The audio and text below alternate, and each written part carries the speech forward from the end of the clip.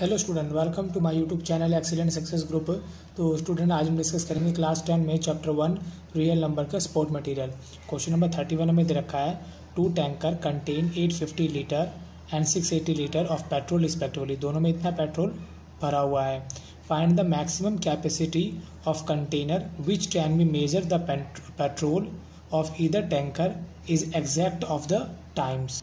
यानी कि हमें वो मैक्सिमम कैपेसिटी बतानी कंटेनर की, ताकि मैं इन दोनों टैंकर से तेल निकाल कर नाप कर किसी दूसरे टैंकर में मेजर कर सकूं और इनके अंदर कुछ भी ना बचे, इन दोनों टैंकर के अंदर। ठीक है, जैसे मान लो मेरे पास कोई भी मेजरमेंट यूनिट लेनी है जिसमें इस टैंकर से तेल भर भर के दूसरे टैंकर में डालना है, और वो कैपेसिटी इस तरीके की होनी चाहिए ताकि इसमें से निकालूँ तो लास्ट में कोई भी डिजिट ना बचे। ये नहीं है कि मेरे पास जैसे मान लो 5 लीटर का बर्तन था तो इसमें मैं 5 लीटर लेके भरता रहा, आखिरी में आगे इसमें 2 लीटर टैंकर में रह गया। ऐसा नहीं होना चाहिए। ऐसा हमें मैक्सिमम मेजरमेंट यूनिट बतानी है ताकि इन दोनों को कम्प्लीटली पूरा फिल किया जा सके, दोनों को मतलब एम्प्टी किया जा सके। तो इसके लिए एक वर्ड याद रखना, जब कभी भी आपको लिखा आ जाए मैक्सिमम, लार्जेस्ट, क्या नाम है, हाईएस्ट या ग्रेटेस्ट, अगर ये वर्ड लिखा आ जाए तो याद रखना इन ऐसे क्वेश्चनों में हमें हमेशा एचसीएफ निकालना होता है। ठीक है, तो हमें जो कैपेसिटी दे रखी है इन दोनों के लिए हम निकालेंगे एचसीएफ। ठीक, तो यहाँ लिखूंगा मैं maximum capacity of a container. उसके लिए हमें करना पड़ेगा एचसीएफ लेंगे 850 का और 680 का। तो इसके लिए मैंने इन दोनों का किया फैक्टर 850 में डिवाइड जा रहा है 2 का डिवाइड देंगे 425, फिर इसमें डिवाइड जा रहा है 5 का डिवाइड दिया 85, फिर दोबारा 5 का डिवाइड जा रहा है, कितना है 17 में तो 17 का डिवाइड जाएगा। 680 में डिवाइड जा रहा है 2 का, कितना आया मेरा 340, फिर इसमें 2 का डिवाइड जा रहा है 170, फिर 2 का डिवाइड जा रहा है 85, फिर इसमें 5 का डिवाइड जा रहा है 17 में तो 17 का डिवाइड जाएगा। तो जो मेरा 850 है वो किसके इक्वल है, 2 का 2 आया, 5 यहाँ पर 2 बार आए यानी 5 की पावर 2, 17 यहाँ पर एक बार ही आया। 680 कितनी बार आया यहाँ पे, 680 में 2 के फैक्टर 1 2 3 यानी 2 की पावर 3, 5 यहाँ पर एक बार आया, 17 यहाँ पे एक बार आया। तो मेरा जो एचसीएफ होता है वो होता है इनके जो प्राइम फैक्टर हुए हैं उन प्राइम फैक्टर की सबसे लीस्ट पावर, मिनिमम पावर हमें देखनी होती है। यानी कि इन दोनों के फैक्टर, इसमें भी 2 आ रहा है इसमें भी 2 आ रहा है, तो इन दोनों में जो लीस्ट पावर होगी 2, 1 और 3, इन दोनों में से सबसे छोटी पावर कौन है 1, यहाँ लेंगे 2 की पावर 1, 5 की पावर 2 और 1, दोनों में लीस्ट कौन है, कम कौन है 5 की पावर 1, 17 में से 17 की पावर 1, ये भी 1, तो 17 की पावर 1 ले लेंगे। इनको सॉल्व किया, 5 दूनी 10 इंटू में 17, दोनों को मल्टीप्लाई किया, कितना है 170 लीटर। यानी हम 170 का एक कंटेनर लेंगे और इसको खाली करना शुरू करेंगे और ये पूरा खाली कर देगा। इसी तरीके से ये भी 170 कंटेनर की हेल्प से इसको भी पूरा खाली करेंगे, तो लास्ट में इसमें भी कुछ नहीं बचेगा और इसमें भी कुछ नहीं बचेगा। और इसी के साथ मेरा क्वेश्चन नंबर 31 यहाँ पे कंप्लीट होता है। अब हम डिस्कस करेंगे क्वेश्चन नंबर 32। तो क्वेश्चन नंबर 32 हमारा दे रखा है, show that the cube of any positive integer is of the form 4m + 4m + 1 और 4m + 3 for some integer m। यानी कि किसी इंटीजर का हम क्यूब करेंगे तो हमारे जो रिजल्ट आएंगे वो 4m + 1 और 4m + 3 आएगा। ये बात हमें प्रूफ करके दिखाओ। तो इसे प्रूफ करने के लिए हम यूज लेंगे यूक्लिडियन डिवीजन लेमा का। तो यानी कि हम by using Euclidean division lemma, जिसके अकॉर्डिंगली हमें इस कंडीशन को सेटिस्फाई करना होता है कि हमारा a इक्वल टू क्या होगा BQ प्लस में R के, और जहाँ पर मेरा जो R होगा वो क्या होगा इक्वल टू 0 या greater than 0 but less than क्या होगा B के इक्वल होगा। तो यहाँ पर मैंने मान लिया लेट जो मेरा B है वो क्या यहाँ पे 4 है, तो मैंने a इक्वल टू लिखा 4Q प्लस में R। अब यहाँ पर मैंने B की वैल्यू अगर 4 मान ली तो मेरा जो R होगा वो क्या होगा 0 से तो बड़ा होगा या 0 के बराबर होगा बट लेस देन 4 होगा। तो यहाँ पर R की value now possible value of R की पॉसिबल वैल्यू क्या क्या हो सकती है, आर इज इक्वल टू 0 हो सकता है, 1 हो सकता है, 2 हो सकता है, 3 हो सकता है, बट 4 नहीं होगा क्योंकि 4 से लेस देन होगा हमारा ये। ठीक, तो अब मैं केस 1 को स्टडी करता हूँ यहाँ पे।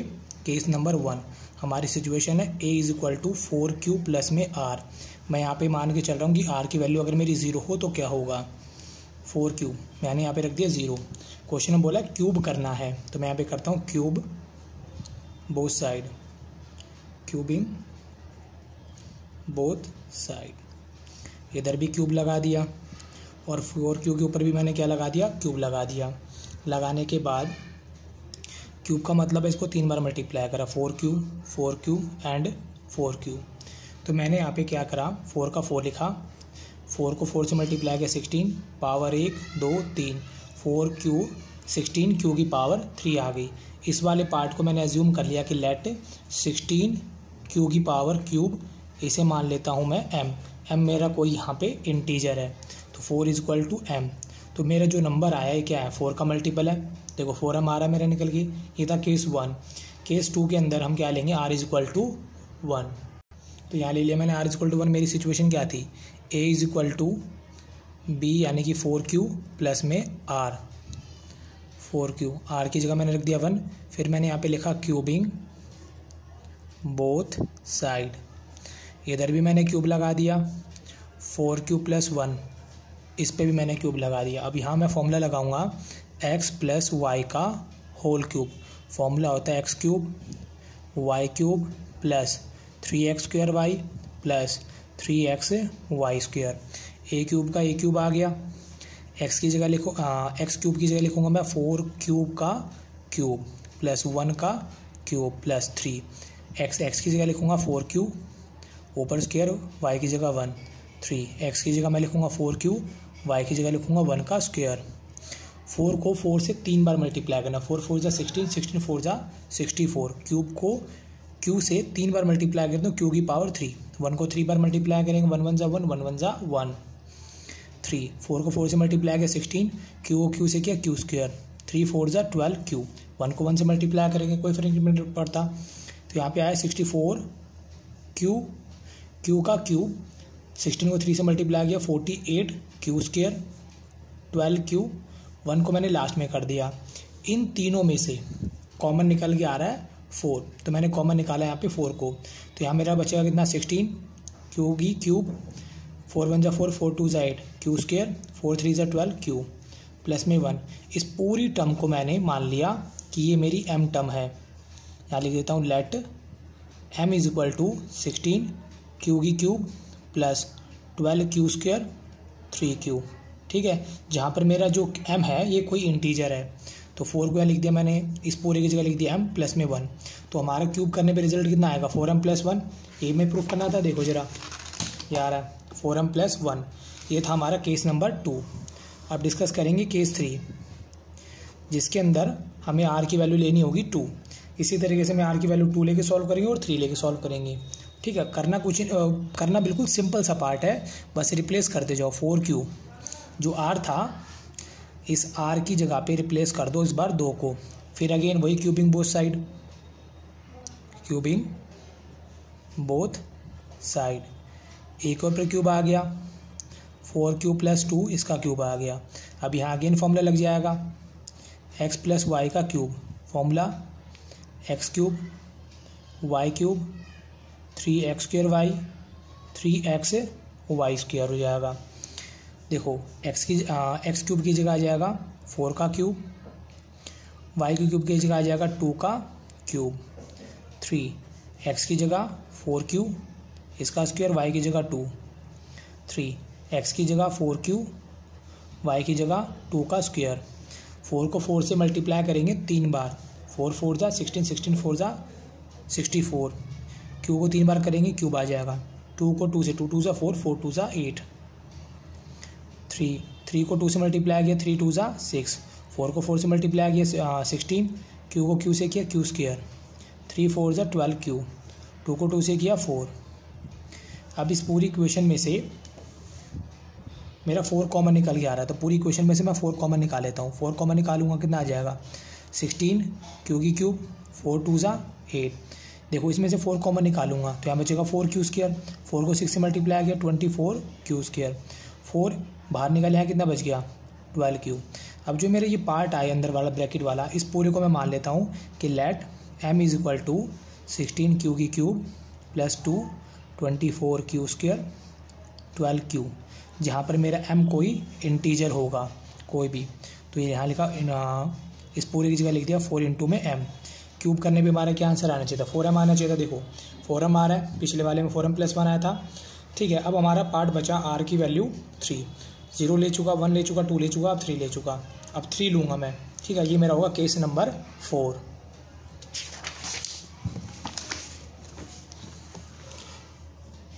Case 4, r is equal to 3। मेरी इक्वेशन थी a is equal to 4q plus r। 4q r की जगह लगा दिया मैंने 3। उसके बाद क्यूबिंग बोथ साइड, a के ऊपर भी क्यूब लगा दिया, इस पे भी क्यूब लगा दिया। अब यहाँ लगा दूंगा मैं फॉर्मूला x प्लस वाई का क्यूब। फॉर्मूला हो जाएगा x³ y³ 3x² y plus 3xy²। a की जगह x की वैल्यू मेरी कितनी हो जाएगी 4 क्यूब के ऊपर पावर 3, y की जगह पे 3 की क्यूब 3, x की जगह पे आ जाएगा 4q का स्क्वायर, y की जगह पे आ जाएगा 3, x की जगह 4q, y की जगह पे यहाँ पे आ जाएगा 3 का स्क्वायर। 4 को 4 से मल्टीप्लाई करेंगे 3 बार, ये आ जाएगा 64। 4 4 जा 16, 16 4 जा 64। क्यू को 3 बार मल्टीप्लाई करो तो क्यूब आ जाएगा। 3 को 3 बार, 3 3 जा 9, 9 3 जा 27। 3 को 3 से किया 9, 4 को 4 से किया 16q², 3 4 जा 12q, 3 को 3 से किया 9, 64 q की क्यूब 27। 16 को 9 से मल्टीप्लाई करेंगे 144q², 12 को 9 से किया 108q। फिर मैंने लिखा 64 की q की पावर 3, 144 को आगे कर दिया, 108 को यहाँ कर दिया, 27 को मैं लिखता हूँ 24 प्लस में 3, क्योंकि 24 और 3 को जोड़ेंगे कितना आ जाएगा 27। इस पूरी टर्म में से कॉमन निकाल लो 4, यहाँ बचेगा 16 q की पावर 3, 4 कॉमन निकाला, 4 3 जा 12, 4 6 जा 24, यहाँ q², 4 2 जा 8, 4 7 जा 28, 4 6 जा 24 प्लस में 3। तो जो अंदर वाला पार्ट है इसे मान लेता हूँ मैं m मेरा कोई इंटीजर है। 16q की क्यूब, 36q का स्क्वायर, 27q प्लस 6 मानने के बाद यहाँ मेरा है 4m प्लस में 3। हमें ये तो आंसर लाना था कि क्यूब करने पे इंटीजर करने क्यूब करने पर क्या आएगा 4m प्लस में 3। देखो ज़रा 4m प्लस में 3, तो पहले पार्ट मेरा आंसर है 4m, दूसरे केस में आया 4m+1, तीसरे में आया 4m एंड फोर्थ केस में मेरा है 4m प्लस में 3। तो इसी के साथ मेरा क्वेश्चन नंबर यहाँ पे कंप्लीट होता है। उम्मीद करता हूँ स्टूडेंट आपको क्वेश्चन समझ में आ गया होगा। अगर आपको वीडियो अच्छा लगा तो वीडियो को लाइक करें, शेयर करें, कमेंट करें और इस चैनल को जरूर सब्सक्राइब कर लें। मिलते अगली वीडियो में। Okay, bye bye, thank you.